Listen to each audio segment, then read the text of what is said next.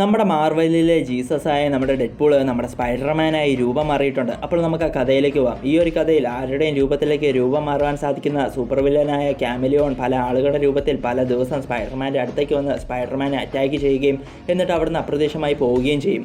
താൻ പോകുന്ന എല്ലാ സ്ഥലങ്ങളിലും കറക്റ്റായി ക്യാമിലിയോൺ വരുന്നത് കൊണ്ട് സ്വന്തം വീട്ടിൽ പോലും പോകാൻ സാധിക്കാതെ തൻ്റെ മുഖത്തോളം മുഖംപൊടിയും ദേഹത്തോളം ഡ്രസ്സ് പോലും മാറ്റുവാൻ സാധിക്കാതെ പാടുപെടുകയാണ് നമ്മുടെ സ്പൈഡർമാൻ.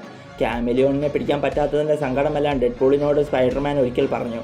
അപ്പോൾ തന്നെ സ്പൈഡർമാനെ സഹായിക്കുവാൻ നമ്മുടെ ഡെഡ്പൂളും തീരുമാനിച്ചു.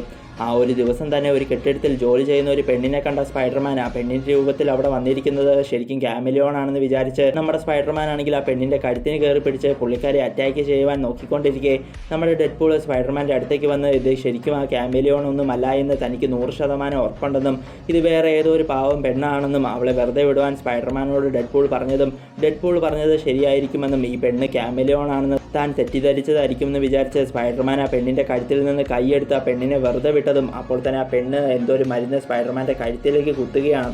ശരിക്കും സംഭവം എന്താണെന്ന് വെച്ചാൽ ആ പെണ്ണിൻ്റെ രൂപത്തിൽ അവിടെ ഉണ്ടായിരുന്നത് നമ്മുടെ ക്യാമിലിയോൺ ആയിരുന്നു. അത് കണ്ട് ഞെട്ടിപ്പോയ ഡെഡ്പൂൾ അപ്പോൾ തന്നെ ക്യാമിലിയോണിനെ ആ കെട്ടിടത്തിൽ നിന്നും പുറത്തേക്ക് എറിഞ്ഞ് ക്യാമിലിയോണിനെ കൊല്ലാൻ നോക്കിയെങ്കിലും തൻ്റെ ബോധം പോകുന്നതിന് മുമ്പ് നമ്മുടെ സ്പൈഡർമാൻ തന്നെ ക്യാമിലിയോണിൻ്റെ ജീവൻ രക്ഷിച്ചു. പക്ഷേ ക്യാമിലിയോൺ അപ്പോൾ തന്നെ അവിടെ നിന്ന് രക്ഷപ്പെടുകയും ചെയ്തു. മാത്രമല്ല ഇതിനിടയിൽ ആ കെട്ടിടത്തിലുള്ള ആളുകളെല്ലാം ബോധം കെട്ട് കിടക്കുന്ന സ്പൈഡർമാൻ്റെ മുഖംമൂടി ഊരി മാറ്റുവാനായി പോയതുകൊണ്ട് ഡെഡ്പൂൾ അവരെയെല്ലാം ആ കെട്ടിടത്തിൽ നിന്നും ഓടിച്ചു വിട്ടു. എന്നിട്ട് അവിടെയുള്ള ഒരു മുറിയിലേക്ക് ബോധം കെട്ടുപോയ സ്പൈഡർമാനെ കൊണ്ടുവന്നിട്ട് സ്പൈഡർമാൻ്റെ ദേഹത്തുള്ള ഡ്രസ്സെല്ലാം ഊരി മാറ്റി തൻ്റെ ദേഹത്തേക്ക് ഡെഡ്പൂൾ ആ ഡ്രസ്സെല്ലാം ഇട്ടു. തൻ്റെ കണ്ണുകൾ അടച്ചുകൊണ്ട് തന്നെ സ്പൈഡർമാൻ്റെ മുഖംമൂടിയും ഡെഡ്പൂൾ ഊരി മാറ്റിയിട്ട് തൻ്റെ മുഖംമൂടി പകരമായി ഡെഡ്പൂൾ സ്പൈഡർമാൻ്റെ മുഖത്ത് ഇട്ടുകൊടുത്തു. അങ്ങനെ ഇപ്പോൾ ഡെഡ്പൂൾ സ്പൈഡർമാൻ്റെ വേഷത്തിലും സ്പൈഡർമാൻ ഡെഡ്പൂളിൻ്റെ വേഷത്തിലുമാണ് ഉള്ളത്. ഇപ്പോൾ ഡെഡ്പൂൾ എന്തിനാണ് ഇങ്ങനെ ചെയ്തതെന്ന് വെച്ചാൽ ആ ക്യാമിലിയോണിനെ പിടിക്കുവാനായി താൻ ഇവിടുന്ന് ഒറ്റയ്ക്ക് പോയാൽ ആ ഒരു സമയത്ത് ആരെങ്കിലും പ്രത്യേകിച്ച് ആ ക്യാമിലിയോൺ തന്നെ ഇവിടെ കയറി വന്ന് സ്പൈഡർമാൻ്റെ മുഖംമൂടി ഊരി മാറ്റുവാനോ ചിലപ്പോൾ അല്ലെങ്കിൽ ഉറപ്പായും ആ ക്യാമിലിയോൺ തന്നെ തൻ്റെ ബെസ്റ്റ് ഫ്രണ്ടായ സ്പൈഡർമാനെ കൊല്ലാൻ നോക്കുമെന്ന് പേടിയുള്ളത് കൊണ്ടാണ് ഡെഡ്പൂൾ സ്പൈഡർമാൻ്റെ ഡ്രസ്സൊക്കെ ധരിച്ച് ക്യാമിലിയോണിനെ പിടിക്കുവാനായി പുറത്തേക്ക് പോകാൻ തീരുമാനിച്ചത്. പക്ഷേ പോകുന്നതിന് മുമ്പ് താൻ ഉറപ്പായും നിനക്ക് വേണ്ടി ആ ക്യാമിലിയോണിനെ കണ്ടെത്തി അവനെ കൊല്ലുമെന്ന് സ്പൈഡർമാനോട് പറഞ്ഞ് സ്പൈഡർമാൻ്റെ നെറ്റിയിൽ ഒരു ഉമ്മയും കൊടുത്താണ് ഡെഡ്പൂൾ അവിടുന്ന് പോകുന്നത്.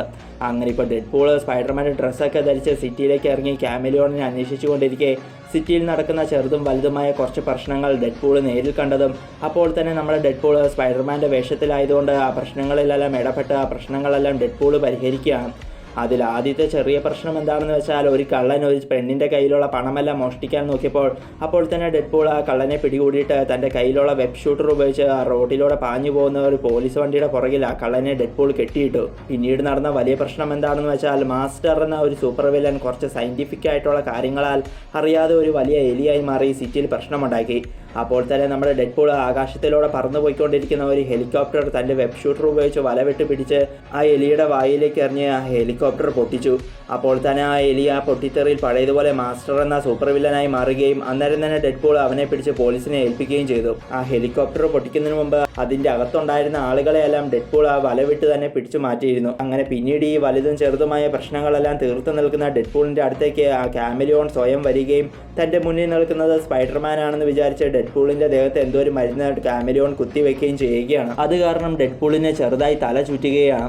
മാത്രമല്ല പെട്ടെന്ന് അങ്ങോട്ടേക്ക് ഡെഡ്പൂളിൻ്റെ വേഷത്തിലുള്ള നമ്മുടെ ഒറിജിനൽ സ്പൈഡർമാൻ വന്ന് ക്യാമിലിയോണിനെ അറ്റാക്ക് ചെയ്യുകയാണ്. ആ ഒരു സമയത്താണ് ഡെഡ്പൂളിൻ്റെ വേഷത്തിൽ സ്പൈഡർമാനും സ്പൈഡർമാൻ്റെ വേഷത്തിൽ ഡെഡ്പൂളുമാണ് ഉള്ളതെന്ന് ക്യാമിലിയോൺ തിരിച്ചറിഞ്ഞത്.